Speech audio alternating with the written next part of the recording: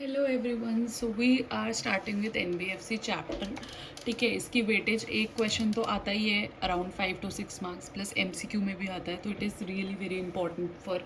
और बहुत जल्दी हो जाएगा, थोड़ा सा ट्रिकी लगता है बट नोट से पढ़ेंगे जल्दी हो जाएगा। ठीक है, तो सबसे पहले एनबीएफसी होते क्या है। जिनकी financial assets more than 50% of total assets होते हैं नेटेड ऑफ बाय इंटेंजिबल एसेट्स, और income from financial assets more than 50% of gross income होती है। इस पर न्यूमेरिकल बन के आ सकता है as per last audited financial statement.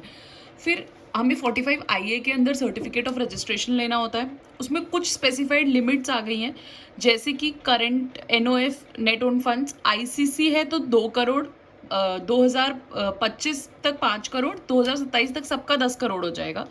MFI है तो 5-7, अगर नॉर्थ ईस्ट रीजन का है तो 2-5 अगेन, और फैक्टर है तो 5-7 और 10। फिर कुछ एग्जेम्प्टेड फ्रॉम रजिस्ट्रेशन है अंडर RBI, कौन कौन सी? Housing finance, merchant banking, stock exchange, stock broking, venture capital fund, Nidhi company, insurance company, chit company, specified micro finance company, mutual benefit company, securitisation and reconstruction company, CIC, alternative investment fund. और अब CIC में एक नया amendment आ चुका है कि asset size अगर 100 करोड़ से कम है और अगर 100 करोड़ से ज़्यादा है but not assessing public funds है तो ठीक है। फिर कैटेगराइजेशन ऑफ एनबीएफसी में कैसे करते हैं? Deposit and non deposit accepting, non deposit ND में, नॉन डिपॉजिट एक्सेप्टिंग में, SI और नॉन SI, सिस्टमैटिकली इंपॉर्टेंट और नॉन सिस्टमैटिकली इंपॉर्टेंट। एक्टिविटीज कैसी क्या क्या होती है? इन्वेस्टमेंट इन क्रेडिट कंपनी होती है ICC, इंफ्रास्ट्रक्चर फाइनेंस कंपनी होती है, infrastructure debt fund company systematically important CIC, micro finance institution होते हैं, factors non operating financial holding NOFHC होती है। ठीक है, देन उसके बाद डिफरेंस क्या होता है बैंक और एनबीएफसी में? एक्सेप्ट डिमांड डिपॉजिट बैंक कर सकता है, कुछ कुछ टर्म डिपॉजिट्स एक्सेप्ट कर सकती है NBFC. Part payment and settlement system, मतलब चेक इशू करना बैंक कर सकता है, एनबीएफसी नहीं कर सकती। Deposit insurance facility DIGC to depositors, bank के पास है, एनबीएफसी के पास नहीं है। Minimum exposure to priority sectors, NBFC के पास नहीं है। अब स्केल बेस्ड रेगुलेशंस में हमारे पास 4 लेयर्स ऑफ एनबीएफसी होती है: base layer, middle layer, upper layer, top layer. Base layer में एनबीएफसी ND और असेट का जिनका asset side less than 1,000 crore है वो आएंगी। उसमें भी 4 तरह की, जिसका शॉर्ट फॉर्म है पैन पब्लिक। P से peer to peer lending, account aggregator, NOFHC और not availing public funds plus not having customer interface. Middle layer में आएगी ऑल एनबीएफसी डिपॉजिट या फिर नॉन डिपॉजिट जिनका asset side more than equal to 1,000 crore से। Stand alone primary deposit, housing finance, infrastructure debt fund, infrastructure finance and CIC। Upper layer में identified by RBI होता है। Top 10 eligible NBFC इसमें आती है in terms of asset size के basis पे। और टॉप लेयर जो है अभी आइडियली एम्प्टी रखा हुआ है unless substantial increase in potential systematic risk. के बाद में जब एनबीएफसी आएंगी तो इसमें ऐड कर दिया जाएगा। देन हमारा इनकम रिकॉग्निशन होता है। इनकम ऑन NPA रिकॉग्नाइज होता है जब वो एक्चुअली रियलाइज होता है, और income recognise before asset become NPA, remaining unrealised मानेंगे और रिवर्स कर देंगे। देन हमारे पास आता है capital requirement. Minimum capital ratio 15% होना चाहिए। टायर 1 कैपिटल का of every NBFC at any point of time 10% से कम नहीं होना चाहिए। पर अगर कोई एनबीएफसी है जो लेंडिंग गोल्ड, ज्वेलरी, लोन्स दे रही है तो उसका जो है लोन्स 50% से ज़्यादा है, ये equal to 50% of financial asset है, तो मिनिमम टायर 1 कैपिटल 12% हो जाएगा। टायर 1 एंड टायर 2 कैपिटल क्या क्या होता है वो पूरी लिस्ट होती है रीड करने के लिए, उसमें क्या क्या आता है। तो जनरली टायर 1 कैपिटल में अपने own funds, perpetual instruments not exceeding 15% ये सब आते हैं। टायर 2 कैपिटल में preference shares, revaluation reserve, general provisions, hybrid, subordinated debt, ये सब कुछ आते हैं। फिर risk weight for assets generally 0% है। Cash, FD, certificate of deposit, इन सब पे, लोन्स इन सब पे 20% है। Bonds of public sector banks and SG guaranteed claims in default अगर लेस देन 90 डेज है। 50% for assets covering PPP and post commercial, 100% बाकियों के लिए। ये नया है 125% for customer credit exposures outstanding as well as new, अगर कोई रिटेल लोन से, excluding housing loan, education loan, vehicle loan, loan against jewellery, micro finance loan, और 125% फॉर क्रेडिट कार्ड रिसीवेबल्स। ठीक है, देन असेट क्लासिफिकेशन। देन आ गया हमारा asset classification. Standard asset होता है no default in repayment, NBFC base layer, middle layer and above के लिए NPA due for more than 180 days. अगर एनपीए फॉर लीज और हायर है तो भी मोर देन 180 डेज. सब standard asset classified as NPA है तो बेस लेयर के लिए less than 18 months, middle layer के लिए less than equal to 12 months, और डाउटफुल एसेट है तो more than 18 months, more than 12 months. NPA के नॉर्म्स पहले 2024 तक 150 डेज ओवर ड्यू था, 2025 तक 120 डेज ओवर ड्यू है, 26 से more than 90 days over due मान लिया जाएगा. प्रोविजनिंग रिक्वायरमेंट्स होती हैं. स्टैंडर्ड एसेट है, बेस लेयर है 0.25% प्रोविजन बनाएंगे, मिडिल लेयर है 0.40%, सब स्टैंडर्ड एसेट 10%, डाउटफुल एसेट का अगर सिक्योर्ड पार्ट है up to 1 year 20, 1 to 3 year 30%, more than 3 year 50%, और doubtful asset unsecured plus loss asset का 100% प्रोविजन बनाएंगे. इस पर न्यूमेरिकल आ सकता है. Provision for standard asset is not netted from gross advances. Separately show करोगे contingent provisions against standard assets in balance sheet में.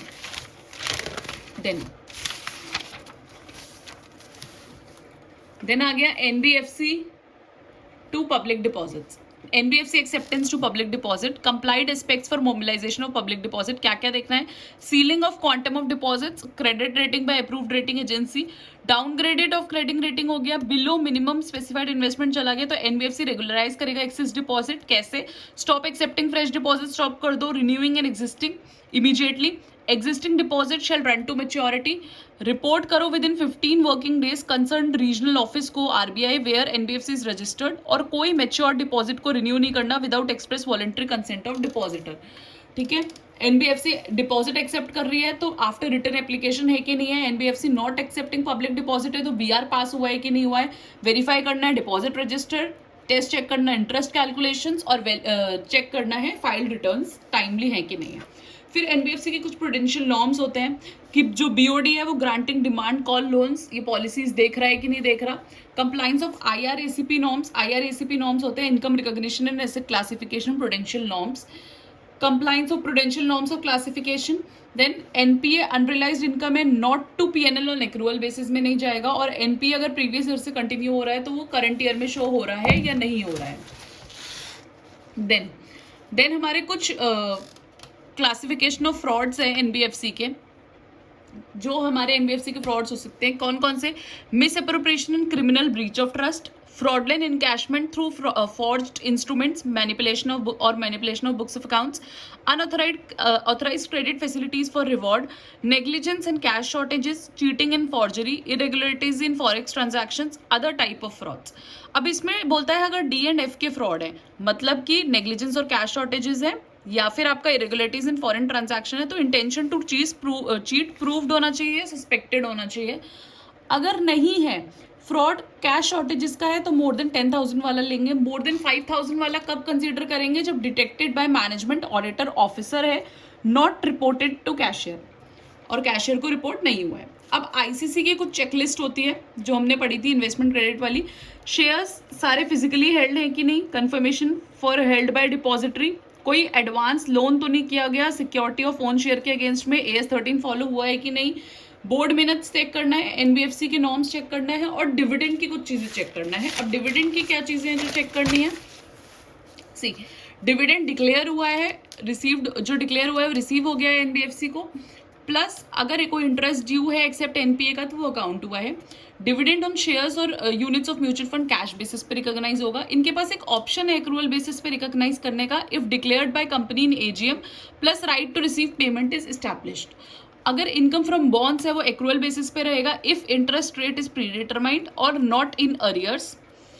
अब आएगा हमारा ऑडिट रिपोर्ट, और ऑडिट रिपोर्ट आएगा for NBFC accepting public deposit. Public deposit वाली NBFC को क्या क्या देखना है? Whether accepting deposit without minimum investment, grade credit rating, capital adequacy ratio है कि नहीं, एक्सेस डिपॉजिट रेगुलराइज हो रहे हैं कि नहीं, कंपनी वायलेट तो नहीं कर रही restriction on acceptance, company default तो नहीं कर रही इंटरेस्ट या पेमेंट के प्रिंसिपल के पेमेंट में, कंपनी क्वार्टरली रिटर्न तो दे रही है एनबीआई आरबीआई को, और कंपनी को रिटर्न ऑन डिपॉजिट देना पड़ेगा डीएनबीएस 1 में आरबीआई को to master directions of RBI filing of supervisory returns direction 2024 में.